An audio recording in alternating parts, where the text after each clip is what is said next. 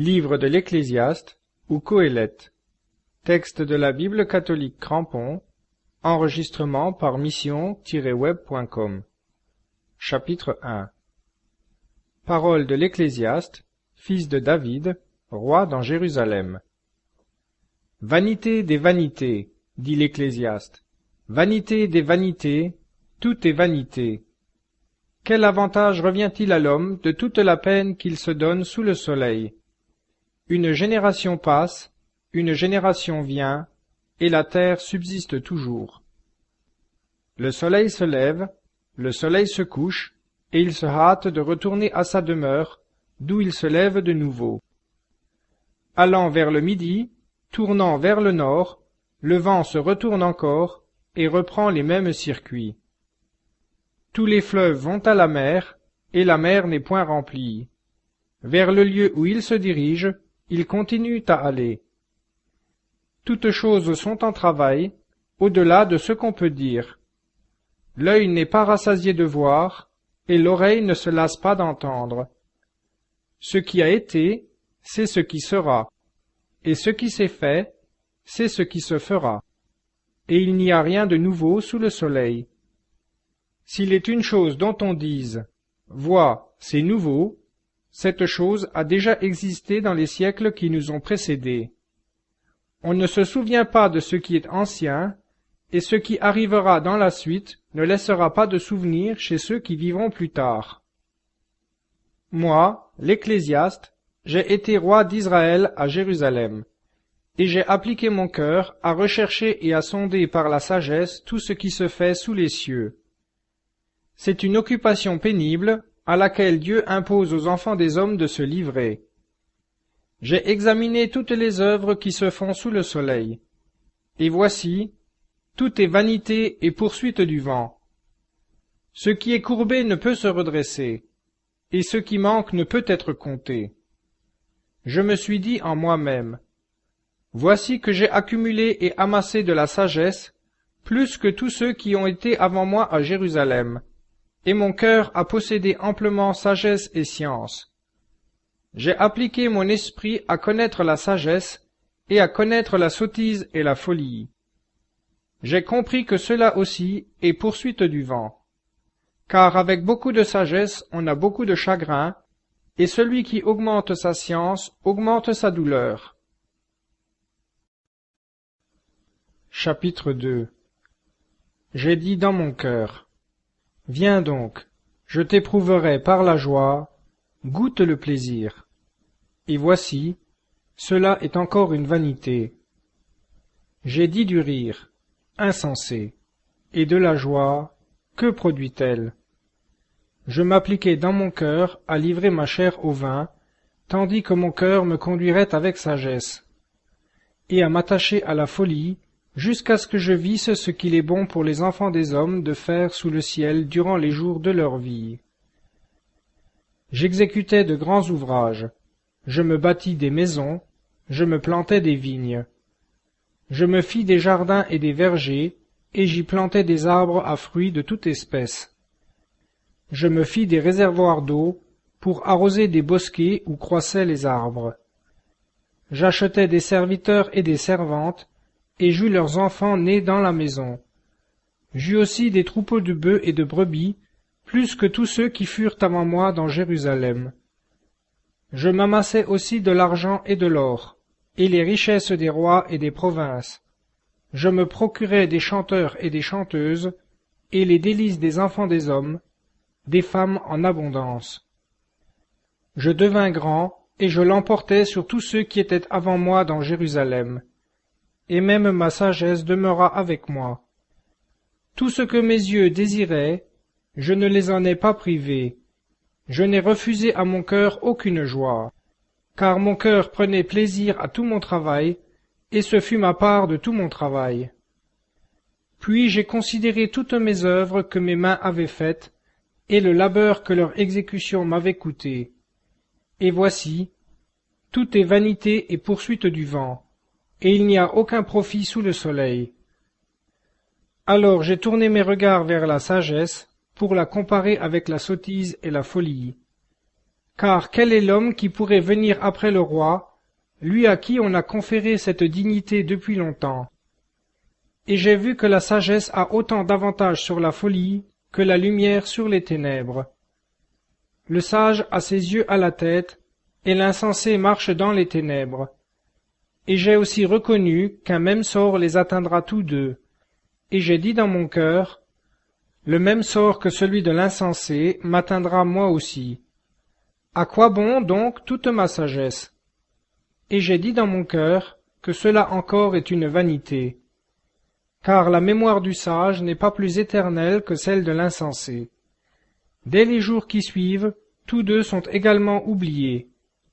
Et quoi? Le sage meurt aussi bien que l'insensé. Et j'ai haï la vie, car ce qui se fait sous le soleil est mauvais à mes yeux, car tout est vanité et poursuite du vent. Et j'ai haï tout mon travail, que j'ai fait sous le soleil, et que je laisserai à l'homme qui viendra après moi. Et qui sait s'il sera sage ou insensé? Cependant il sera maître de mon travail, dans lequel j'ai mis ma peine et ma sagesse sous le soleil. C'est encore là une vanité. Et j'en suis venu à livrer mon cœur au découragement, à cause de tout le travail que j'ai fait sous le soleil. Car, qu'un homme qui a déployé dans son travail sagesse, intelligence et habileté en laisse le fruit en partage à un homme qui n'y a pas travaillé, c'est encore là une vanité et un grand mal. En effet, que revient-il à l'homme de tout son travail et du souci de son cœur qui le fatigue sous le soleil? Tous ses jours ne sont que douleur, ses occupations que chagrin. La nuit même son cœur ne se repose pas. C'est encore là une vanité. Il n'y a rien de meilleur pour l'homme que de manger et de boire, et de faire jouir son âme du bien-être au milieu de son travail. Mais j'ai vu que cela aussi vient de la main de Dieu. Qui en effet peut, sans lui, manger et jouir du bien-être? Car à l'homme qui est bon devant lui, il donne la sagesse, la science et la joie. Mais au pécheur, il donne le soin de recueillir et d'amasser, afin de donner à celui qui est bon devant Dieu. C'est encore là une vanité et la poursuite du vent. Chapitre 3. Il y a un temps fixé pour tout, un temps pour toute chose sous le ciel, un temps pour naître et un temps pour mourir, un temps pour planter et un temps pour arracher ce qui a été planté, un temps pour tuer et un temps pour guérir, un temps pour abattre et un temps pour bâtir, un temps pour pleurer et un temps pour rire, un temps pour se lamenter et un temps pour danser, un temps pour jeter des pierres et un temps pour en ramasser, un temps pour embrasser et un temps pour s'abstenir d'embrassement, un temps pour chercher et un temps pour perdre, un temps pour garder et un temps pour jeter, un temps pour déchirer et un temps pour coudre, un temps pour se taire et un temps pour parler, un temps pour aimer et un temps pour haïr, un temps pour la guerre et un temps pour la paix. Quel est l'avantage, pour celui qui travaille, de la peine qu'il se donne? J'ai examiné le labeur auquel Dieu impose aux enfants des hommes de se livrer. Dieu a fait toutes choses belles en son temps. Il a mis aussi dans leur cœur l'éternité, mais sans que l'homme puisse comprendre l'œuvre que Dieu fait, du commencement jusqu'à la fin. Et j'ai reconnu qu'il n'y a rien de meilleur pour eux que de se réjouir et se donner du bien-être pendant leur vie.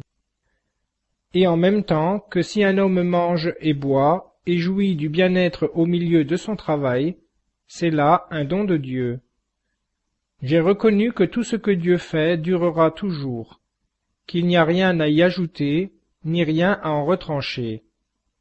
Dieu agit ainsi afin qu'on le craigne. Ce qui se fait existait déjà, et ce qui se fera a déjà été. Dieu ramène ce qui est passé. J'ai encore vu sous le soleil, qu'au siège même du droit, il y a la méchanceté, et au lieu de la justice, il y a l'iniquité. J'ai dit dans mon cœur, Dieu jugera le juste et le méchant, car il y a là un temps pour toute chose et pour toute œuvre. J'ai dit dans mon cœur au sujet des enfants des hommes, cela arrive ainsi, afin que Dieu les éprouve et qu'ils voient qu'ils sont quant à eux-mêmes semblables aux bêtes. Car le sort des enfants des hommes est le sort de la bête. Ils ont un même sort. Comme l'un meurt, l'autre meurt aussi. Il n'y a qu'un même souffle pour tous. L'avantage de l'homme sur la bête est nul, car tout est vanité. Tout va dans un même lieu. Tout est sorti de la poussière, et tout retourne à la poussière. Qui connaît le souffle des enfants des hommes, qui monte en haut, et le souffle de la bête qui descend en bas vers la terre? Et j'ai vu qu'il n'y a rien de mieux pour l'homme que de se réjouir dans ses œuvres. C'est là sa part. Car qui lui donnera de découvrir ce qui arrivera après lui? Chapitre 4. Je me suis tourné, et j'ai vu toutes les oppressions qui se commettent sous le soleil. Et voici que les opprimés sont dans les larmes, et personne ne les console. Ils sont en butte à la violence de leurs oppresseurs, et personne ne les console. Et j'ai proclamé les morts qui sont déjà morts, plus heureux que les vivants qui sont encore vivants. Et, plus heureux que les uns et les autres, celui qui n'est pas encore arrivé à l'existence, qui n'a pas vu les mauvaises actions qui se commettent sous le soleil. J'ai vu que tout travail et que toute habileté dans un ouvrage n'est que jalousie contre un homme de la part de son prochain. Cela encore est vanité et poursuite du vent. L'insensé se croise les mains et mange sa propre chair. Mieux vaut une main pleine de repos que les deux pleines de labeur et de poursuite du vent. Je me suis tourné et j'ai vu une autre vanité sous le soleil. Tel homme est seul et n'a pas de second. Il n'a ni fils ni frère, et pourtant il n'y a pas de fin à tout son travail, et ses yeux ne sont jamais rassasiés de richesses. Pour qui donc est-ce que je travaille, et que je prive mon âme de jouissance? Cela encore est vanité et mauvaise occupation. Mieux vaut vivre à deux que solitaire. Il y a pour les deux un bon salaire dans leur travail, car s'ils tombent, l'un peut relever son compagnon. Mais malheur à celui qui est seul, et qui tombe sans avoir un second pour le relever. De même, si deux couchent ensemble, ils se réchauffent. Mais un homme seul, comment aurait-il chaud? Et si quelqu'un maîtrise celui qui est seul, les deux pourront lui résister, et le fil triplé ne rompt pas facilement. Mieux vaut un jeune homme pauvre et sage qu'un roi vieux et insensé, qui ne sait plus écouter les avis, car il sort de prison pour régner, quoiqu'il soit né pauvre dans son royaume. J'ai vu tous les vivants qui marchent sous le soleil près du jeune homme qui s'élevait à la place du vieux roi. Il n'y avait pas de fin à toute cette foule, à tous ceux à la tête desquels il était. Et cependant les descendants ne se réjouiront pas à son sujet. Cela encore est vanité et poursuite du vent. Prends garde à ton pied quand tu vas à la maison de Dieu. S'approcher pour écouter vaut mieux que d'offrir des victimes à la manière des insensés, car leur ignorance les conduit à faire le mal. Chapitre 5. Ne sois pas pressé d'ouvrir la bouche, et que ton cœur ne se hâte pas d'exprimer une parole devant Dieu, car Dieu est au ciel, et toi sur la terre. Que tes paroles soient donc peu nombreuses. Car de la multitude des occupations naissent les songes, et de la multitude des paroles, des propos d'insensés. Lorsque tu fais un vœu à Dieu, ne tarde pas à l'accomplir, car il n'y a pas de faveur pour les insensés. Ce que tu voues, accomplis-le. Mieux vaut pour toi ne pas vouer, que vouer et ne pas accomplir. Ne permets pas à ta bouche de faire pécher ta chair, et ne dis pas en présence de l'envoyé de Dieu que c'est une inadvertance. Pourquoi Dieu s'irriterait-il au sujet de tes paroles, et détruirait-il les œuvres de tes mains? Car, comme il y a des vanités dans la multitude des occupations, il y en a aussi dans beaucoup de paroles. C'est pourquoi crains Dieu. Si tu vois dans une province le pauvre opprimé, le droit et la justice violés, ne t'étonne point de la chose, car un plus grand veille sur un grand, et de plus grands encore veillent sur eux. Un avantage pour le pays à tous égards, c'est un roi qui donne ses soins à l'agriculture. Celui qui aime l'argent n'est pas rassasié par l'argent, et celui qui aime les richesses n'en goûte pas le fruit. C'est encore là une vanité. Quand les biens se multiplient, ceux qui les mangent se multiplient aussi. Et quel avantage en revient-il à leurs possesseurs, sinon qu'ils les voient de leurs yeux? Le sommeil du travailleur est doux, qu'il ait peu ou beaucoup à manger, mais la satiété du riche ne le laisse pas dormir.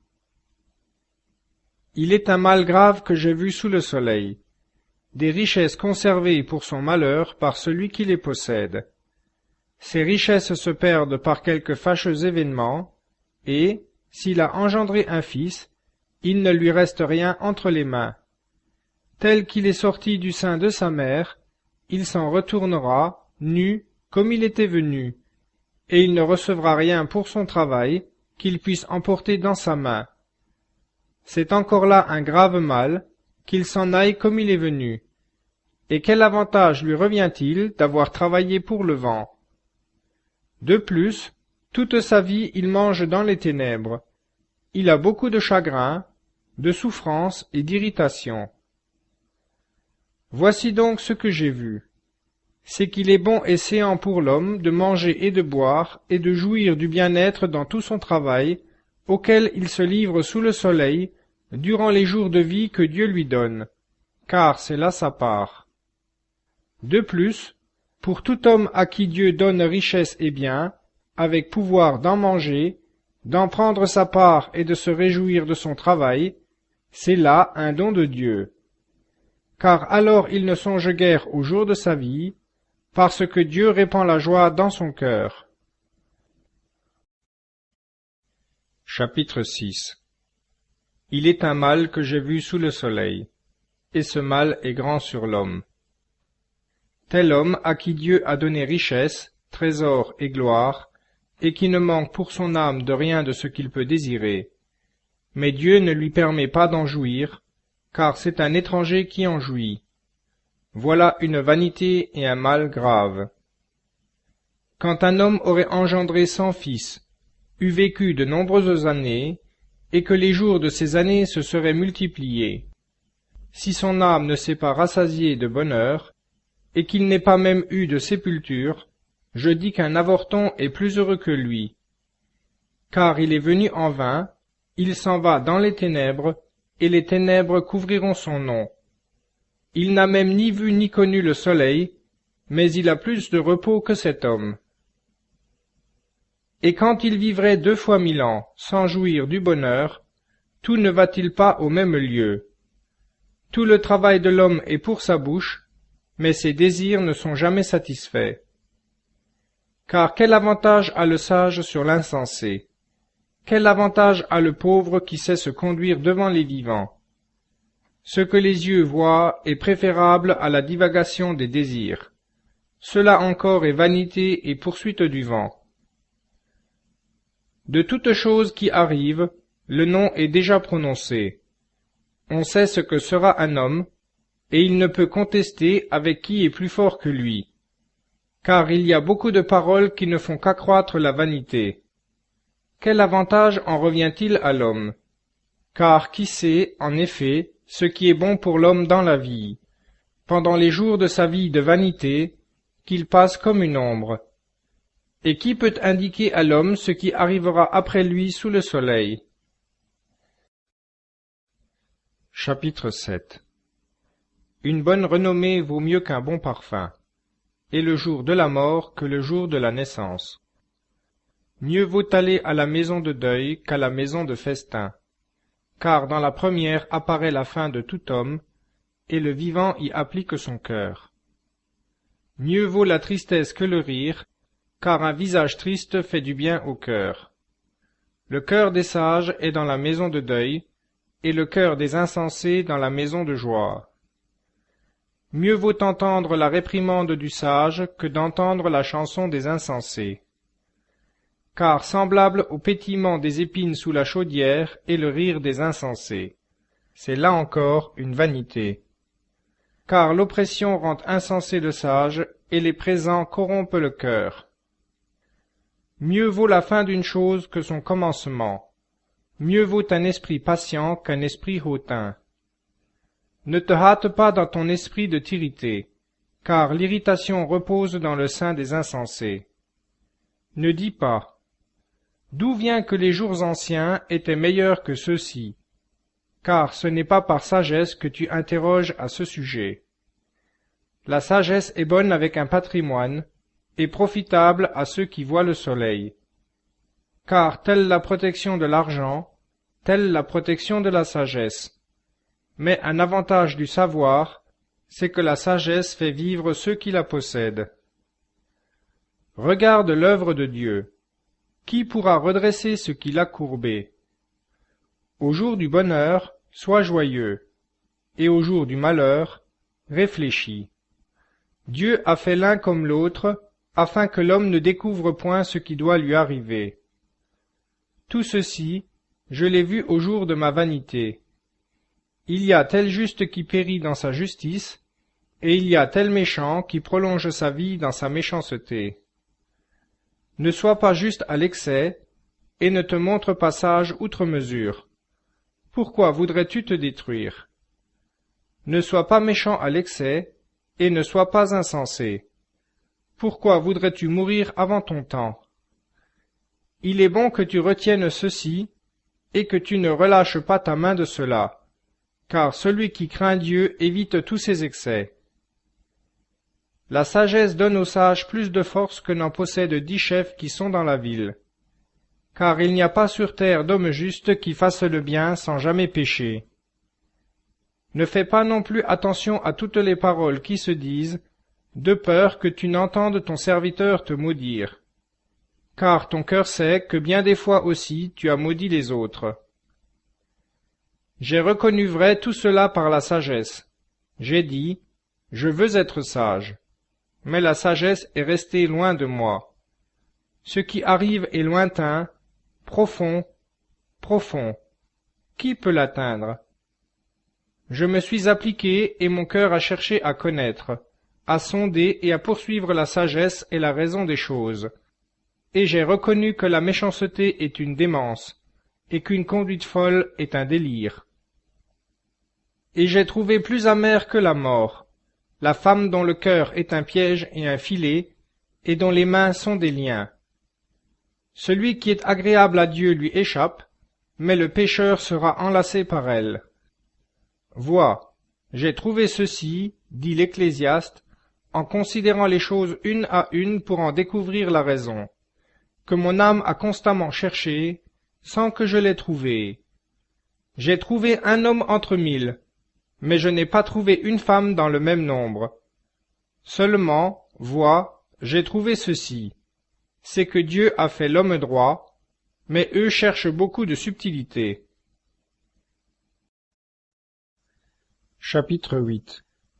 Qui est comme le sage, et qui connaît comme lui l'explication des choses? La sagesse d'un homme fait briller son visage, et la rudesse de sa face est transfigurée. Je te dis, observe les ordres du roi, et cela à cause du serment fait à Dieu. Ne te hâte pas de t'éloigner de lui. Ne persiste pas dans une chose mauvaise, car tout ce qu'il veut, il peut le faire.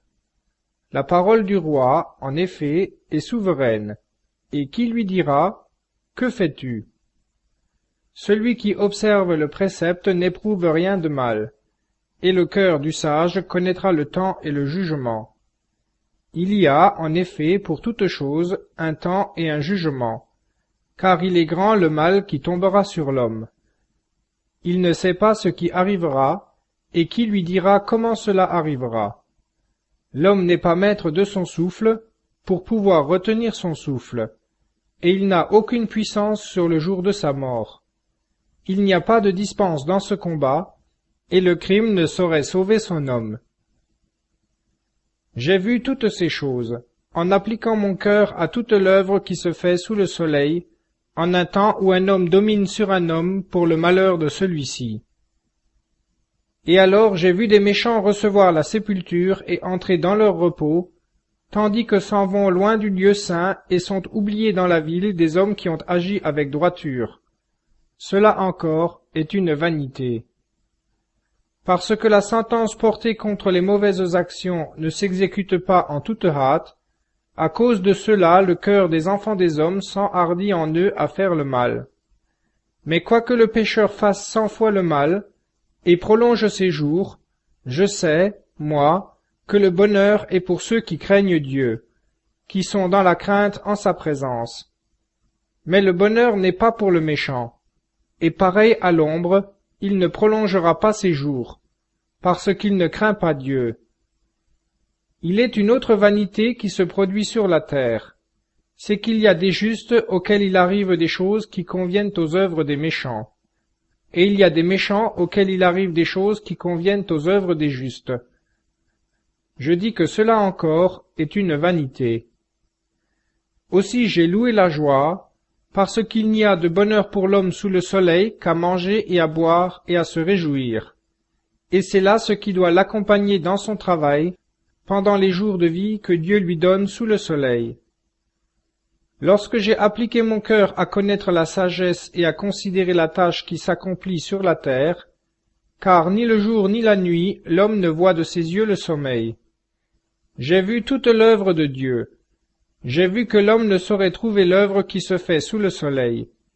L'homme se fatigue à chercher et ne trouve pas. Même si le sage veut connaître, il ne peut trouver. Chapitre 9.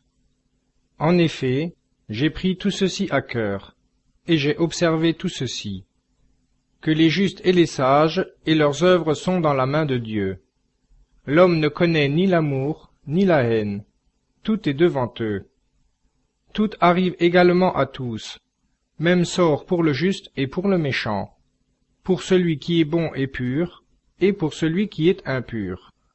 Pour celui qui sacrifie, et pour celui qui ne sacrifie pas. Comme il arrive à l'homme bon, il arrive au pécheur. Il en est de celui qui jure comme de celui qui craint de jurer. C'est un mal, parmi tout ce qui se fait sous le soleil, qu'il y ait pour tous un même sort. C'est pourquoi le cœur des fils de l'homme est plein de malice, et la folie est dans leur cœur pendant leur vie, après quoi ils vont chez les morts.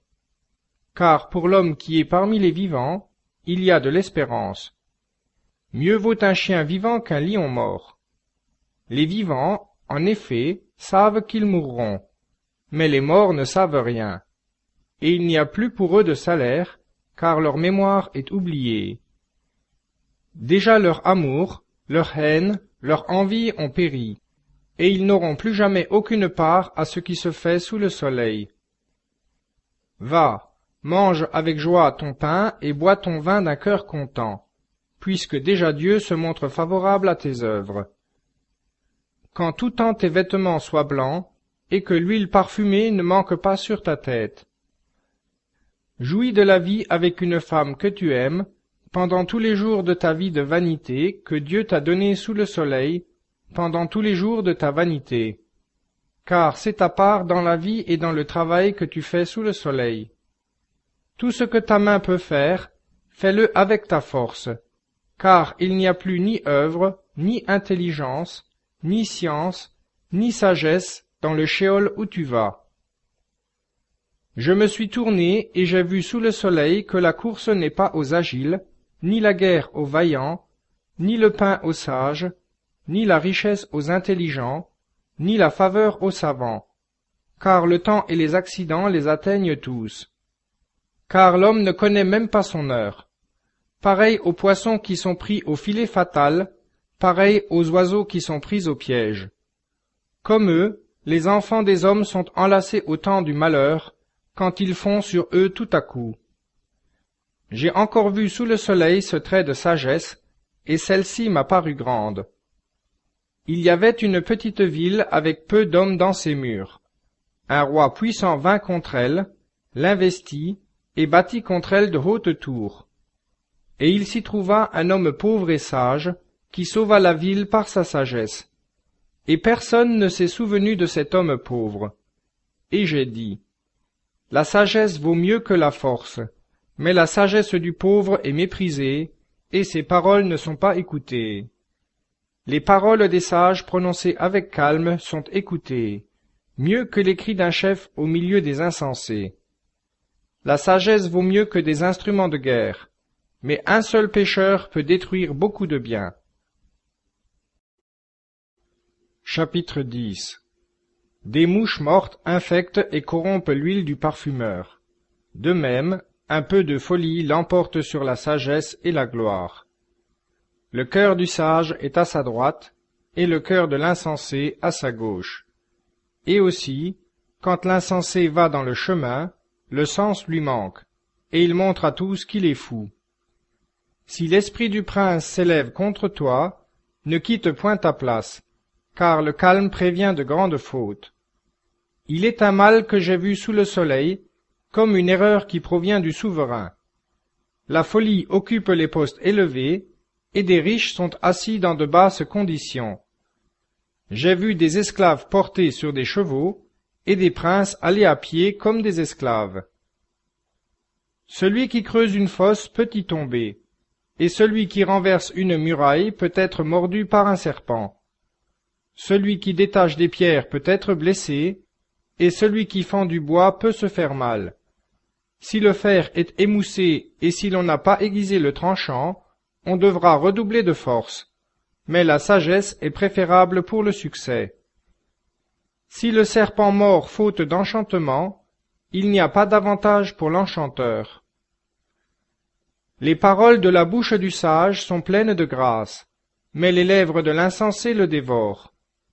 Le commencement des paroles de sa bouche est sottise, et la fin de son discours est démence furieuse. Et l'insensé multiplie les paroles.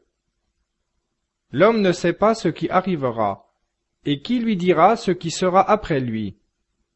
Le travail de l'insensé le fatigue, lui qui ne sait pas même aller à la ville. Malheur à toi, pays dont le roi est un enfant, et dont les princes mangent dès le matin. Heureux es-tu, pays dont le roi est fils de noble, et dont les princes mangent au temps convenable, pour soutenir leur force, et non pour se livrer à la boisson. Quand les mains sont paresseuses, la charpente s'affaisse, et quand les mains sont lâches, la maison ruisselle. On fait des repas pour goûter le plaisir. Le vin rend la vie joyeuse, et l'argent répond à tout. Même dans ta pensée, ne maudis pas le roi. Même dans ta chambre à coucher, ne maudis pas le puissant. Car l'oiseau du ciel emporterait ta voix, et l'animal ailé publierait tes paroles. Chapitre 11. Jette ton pain sur la face des eaux, car après beaucoup de jours tu le retrouveras. Donne-en une part à 7, et même à 8, car tu ne sais pas quel malheur peut arriver sur la terre. Quand les nuées sont remplies de pluie, elles se vident sur la terre. Et si un arbre tombe au midi ou au nord, il reste à la place où il est tombé. Celui qui observe le vent ne sèmera point, et celui qui interroge les nuages ne moissonnera point. Comme tu ne sais pas quel est le chemin du vent et comment se forment les eaux dans le sein de la mer, ainsi tu ne connais pas l'œuvre de Dieu qui fait toutes choses. Dès le matin sème ta semence, et le soir ne laisse pas reposer ta main, car tu ne sais pas ce qui réussira, ceci ou cela, ou si l'un et l'autre ne sont pas également bons. La lumière est douce, et c'est un plaisir pour l'œil de le voir. Même si l'homme vit de nombreuses années, qu'il se réjouisse pendant toutes ces années, et qu'il pense aux jours de ténèbres, car ils seront nombreux. tout ce qui arrive est vanité. Jeune homme, réjouis-toi dans ta jeunesse, que ton cœur te donne de la joie dans les jours de ta jeunesse. Marche dans les voies de ton cœur, et selon les regards de tes yeux. Mais sache que pour tout cela Dieu te fera venir en jugement. Bannis de ton cœur le chagrin, et éloigne le mal de ta chair. La jeunesse et l'adolescence sont vanité. Chapitre 12.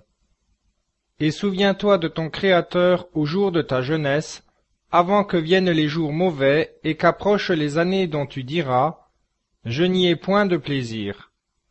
Avant que s'obscurcissent le soleil et la lumière, et la lune et les étoiles, et que les nuages reviennent après la pluie. Au jour où tremblent les gardiens de la maison, où se courbent les hommes forts, où celles qui moulent s'arrêtent parce que leur nombre est diminué, où s'obscurcissent celles qui regardent par les fenêtres, où les deux battants de la porte se ferment sur la rue, tandis que s'affaiblit le bruit de la meule, où l'on se lève au chant de l'oiseau, où disparaissent toutes les filles du champ, où l'on redoute les lieux élevés, où l'on a des terreurs dans le chemin, où l'amandier fleurit, où la sauterelle devient pesante, et où la capre n'a plus d'effet, car l'homme s'en va vers sa maison d'éternité, et les pleureurs parcourent les rues.